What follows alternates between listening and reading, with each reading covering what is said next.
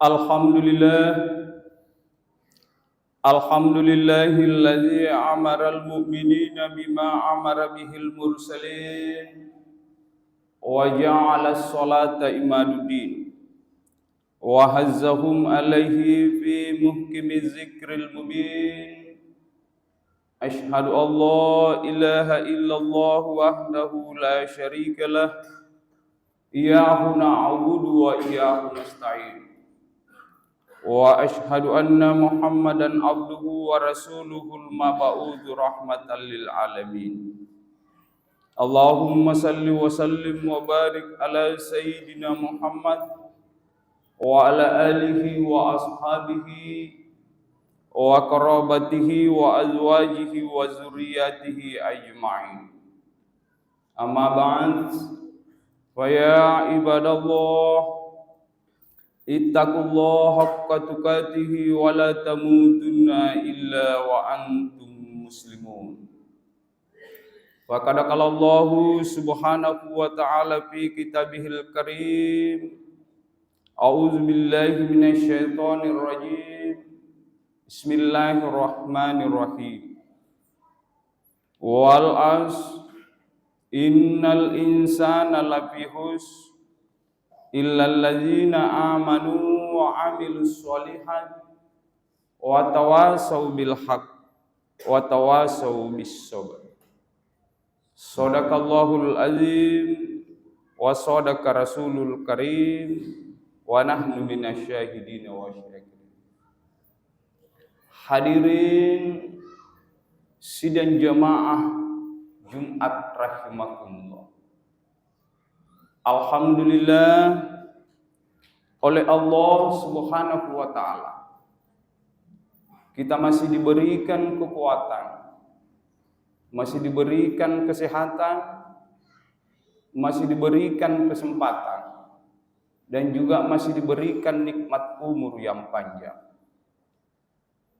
Kita bersalawat kepada junjungan Nabiullah Muhammad sallallahu alaihi wasallam beserta para keluarga, para sahabat, dan seluruh pengikut-pengikutnya yang taat dan patuh terhadap ajaran-ajarannya.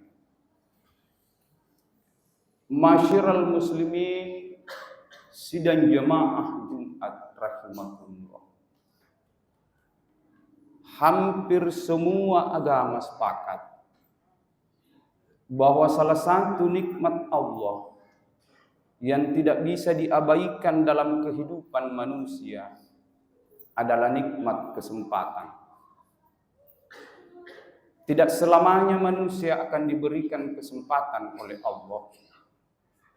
Tidak semua orang sehat, tidak semua orang kuat, tidak semua orang kaya, tidak semua orang yang berpangkat, berilmu, punya jabatan, diberikan kesempatan oleh Allah untuk beribadah. Mumpung kita masih diberikan itu, pergunakan dengan sebaik-baiknya. Hadirin sidang jemaah yang dimuliakan Allah. Rasulullah pernah bersabda, khairun nas yanfa'uhu linnas.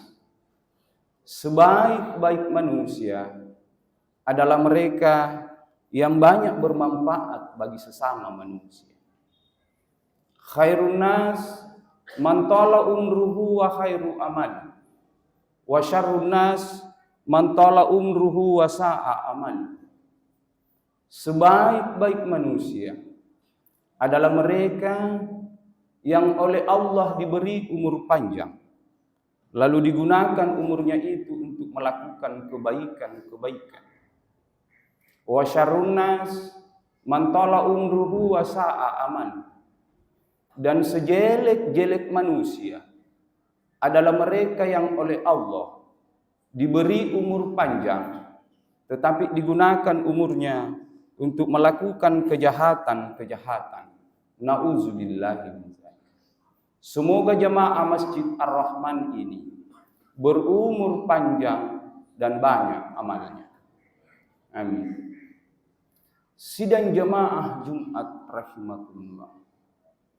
Begitu indah ajaran agama Islam, sehingga di dalam Al-Quran sejak awal sudah memadukan antara usaha dan pertolongan Allah, antara akal dan kalbu, antara pikir dan zikir, antara ilmu dan iman. Manusia yang hidup punya akal tapi tidak punya kalbu, maka orang itu hidupnya akan seperti robot. Orang yang hidupnya punya pikir tapi tidak punya zikir, maka kecenderungan manusia itu hidupnya seperti setan. Orang yang berilmu dan tidak punya iman, maka biasanya hidupnya bagaikan pelita di tangan pencuri. Dan sebaliknya pun demikian. Orang yang beriman tapi tidak punya ilmu, kecenderungan kehidupannya bagaikan pelita di tangan bayi. Itulah keistimewaan kehidupan Islam. Hadirin sidang jemaah yang dimuliakan Allah Subhanahu wa ta'ala. Dalam sebuah kesempatan, seorang ulama besar yang namanya Imam Al-Ghazali pernah bertanya. Pertanyaannya adalah, menurut kalian apa yang paling dekat dalam diri setiap manusia? Apa yang paling dekat dalam diri kita? Ternyata jawabannya bukan keluarga, bukan orang tua, bukan anak, bukan istri dan suami, bukan pula teman, apalagi tetangga, bukan. Padahal tetangga itu penting, Pak. Ternyata jawabannya adalah sesuatu yang paling dekat dalam diri setiap manusia itu adalah kematian. Maut. Kenapa maut? Allah katakan di dalam Al-Quran, Ainama takunu yudrikumul mautu walau kuntum fi burujin musyayyadah. Dimanapun kalian pergi, Kemanapun Anda bersembunyi, meskipun Anda masuk ke dalam benteng yang paling kokoh, yang tidak bisa ditembus oleh peluru kendali apapun, bila waktunya maut sudah datang, pasti akan diambil dalam diri setiap manusia. Kullu nafsin za'iqatul maut.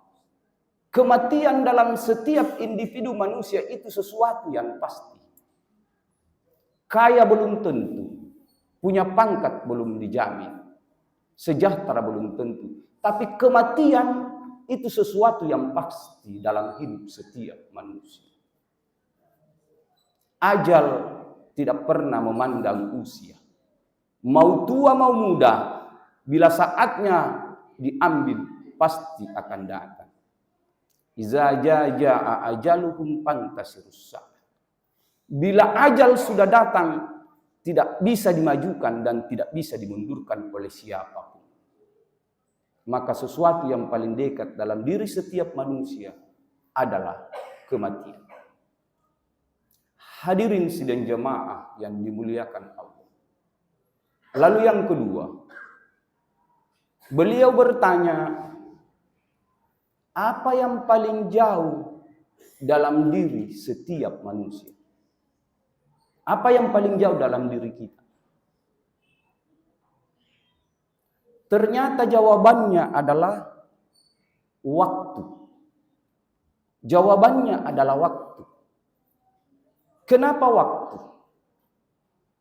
Tidak seorang pun manusia di dunia ini, kita tidak pernah membaca dalam sejarah, sejak Nabi Adam sampai hari ini, ada penguasa yang bisa menahan lajunya waktu. Ada raja yang bisa mengembalikan hari kemarin menjadi hari ini. Tidak pernah itu. Maka jangan heran kalau ada orang tua yang sudah berusia lanjut ingin memutar ulang usianya, itu tidak mungkin. Impossible itu, Pak. Tidak mungkin orang usia 50-70 tahun ingin kembali berusia remaja, kembali usianya. Tidak mungkin. Impossible itu. Sekali waktu itu berlalu dalam kehidupan setiap manusia, maka waktu itu tidak akan pernah terulang lagi dalam kehidupan kita. Karena hidup itu hanya satu kali. Tidak ada orang hidup dua kali. Maka pergunakan waktu ini dengan sebaik-baik. Begitu pentingnya menghargai waktu. Kalau kita baca Al-Quran, itu banyak ayat di dalam Al-Quran di mana Allah bersumpah dengan waktunya. Ada wadduha, ada walail, ada wasyamsi, ada wassama. Dan salah satu ayat yang saya bacakan tadi itu sangat menyindir kehidupan manusia. Wal asri, demi masa kata Allah, demi masa. Innal insana lafihus, sesungguhnya manusia itu merugi kata Allah. Sesungguhnya manusia itu merugi. Jauh sebelum kita diciptakan, jauh sebelum kita dilahirkan, Allah sudah bersumpah dengan waktunya. Apakah karena kita tidak salat? Apakah karena kita tidak puasa? Apakah karena kita tidak berbuat baik? Apakah karena kita tidak haji? Semua ini kita lakukan. Mohon maaf. Malah ada orang kaya umrah tiap bulan, haji tiap tahun. Begitu banyaknya uangnya.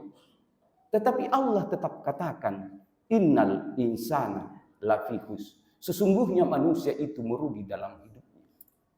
Karena bila kita jujur, tidak akan pernah seimbang antara nikmat Allah yang diberikan dalam hidup kita dengan apa yang kita lakukan di dunia ini. Meskipun demikian, di dalam ayat ini masih ada empat kelompok manusia yang tidak digolongkan hidupnya merugi. Apa itu? Illallazina amanu, kecuali orang-orang yang beriman kata Allah. Bukan illal Islam. Mohon maaf.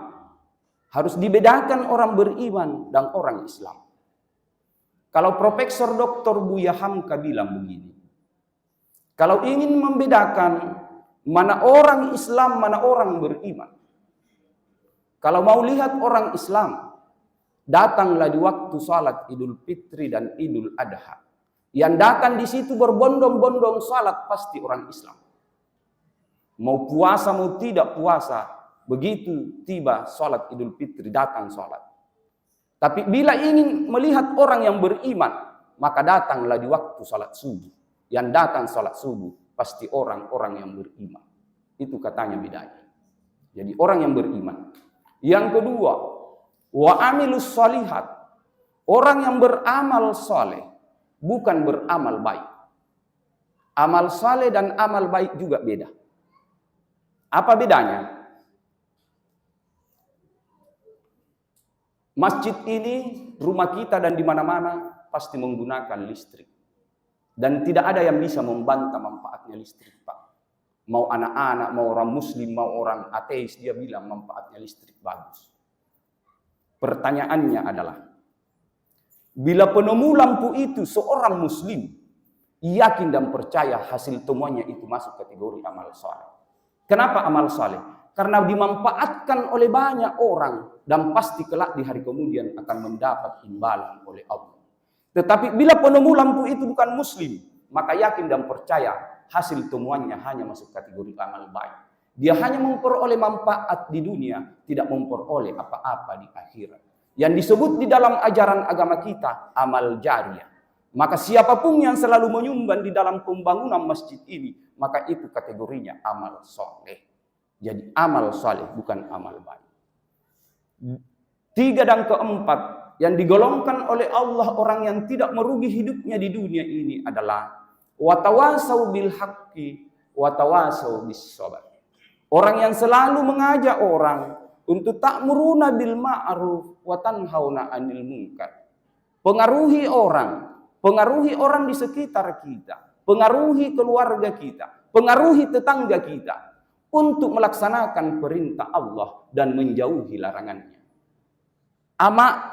Amal ini, kalau kita ingin menjadi penerus ajaran-ajaran agama kita, cukup dilakukan saja itu. Tidak perlu jadi ustadz semua. Karena kalau mau juga jadi ustadz semua, siapa yang mau diceramai? Jadi cukup pengaruhi tetangga-tetangga kita, orang-orang di sekitar kita. Laksanakan perintah Allah dan jauhi larangannya. Lalu yang keempat, orang yang tidak merugi hidupnya adalah orang yang sabar. Tidak ada hidup tanpa ujian. Semua orang yang hidup di dunia ini, dia mau kaya, dia mau miskin, dia mau orang pintar, dia mau orang dongo, pasti diuji dalam kehidupannya. Maka hadapi kehidupan ini dengan kesabaran. Semoga kita semua digolongkan orang-orang yang hidup bahagia di dunia dan insya Allah kelak di hari kemudian dimasukkan ke dalam surganya. Barakallahu li wa lakum fil Qur'anil Karim. Wa nafa'ni wa iyyakum bima fihi minal ayati wa zikril hakim. Wa taqabbal minni wa minkum tilawatahu innahu huwal ghafurur rahim.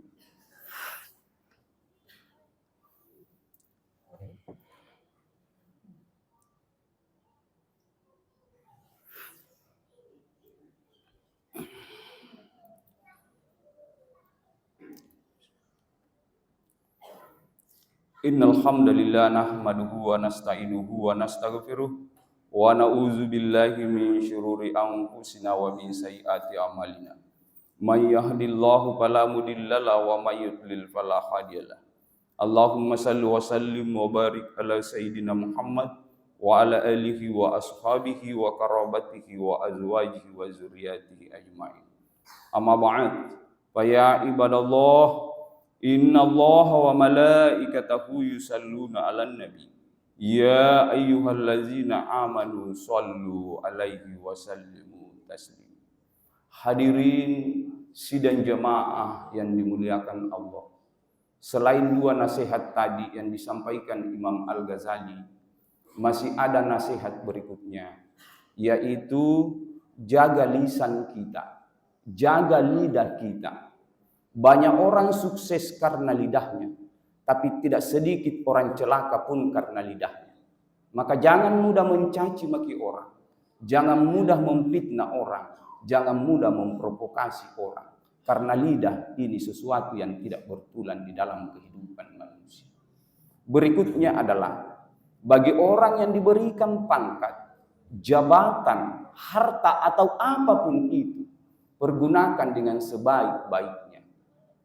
Lakukan sesuai dengan perintah Allah. Karena suatu saat, suka tidak suka, senang tidak senang, pasti kita akan bertanggungjawabkan di hadapan Allah Subhanahu wa Ta'ala. Semoga ibadah kita diterima di sisinya, amal ibadah Jumat kita diterima, dan insya Allah kelak di hari kemudian kita dimasukkan ke dalam surganya. Maka saya mengajak kepada hadirin untuk sejenak bermunajat dan berdoa ke hadiratnya. Amin. Bismillahirrahmanirrahim. Allahumma ghafir lil muslimina wal muslimat wal mu'minina wal mu'minat al ahya'i minhum wal amwat, innaka sami'un qaribun mujibud da'wat wa ya qadiyal hajat. Allahumma inni nas'aluka salamatan fid din wa afiyatan fil jasad wa ziyadatan fil ilmi wa barakatan fil rizqi wa taubatan qablal maut wa rahmatan indal maut wa maghfiratan ba'dal maut. Allahumma ghafir wa liwalidayya warhamhuma kama rabbayani shaghira. Rabbana zalamna anfusana wa illam taghfir lana wa tarhamna lanakunanna minal khasirin. Rabbana iftah bainana wa baina qaumina bil haqqi wa anta khairul fatihin. Rabbana atina fid dunya hasanah wa fil akhirati hasanah wa qina azabannar. Ibadallah, innallaha ya'muru bil adli wal ihsan wa ita'izil qurba wa yanha 'anil fahsya'i wal munkar wal baghi ya'izukum la'allakum tazakkarun. Fadhkurullahal azim yazkurkum wad'uhu yastajib lakum wa la zikrullahi akbar wallahu ya'lamu ma tasna'un. Aqimissalah.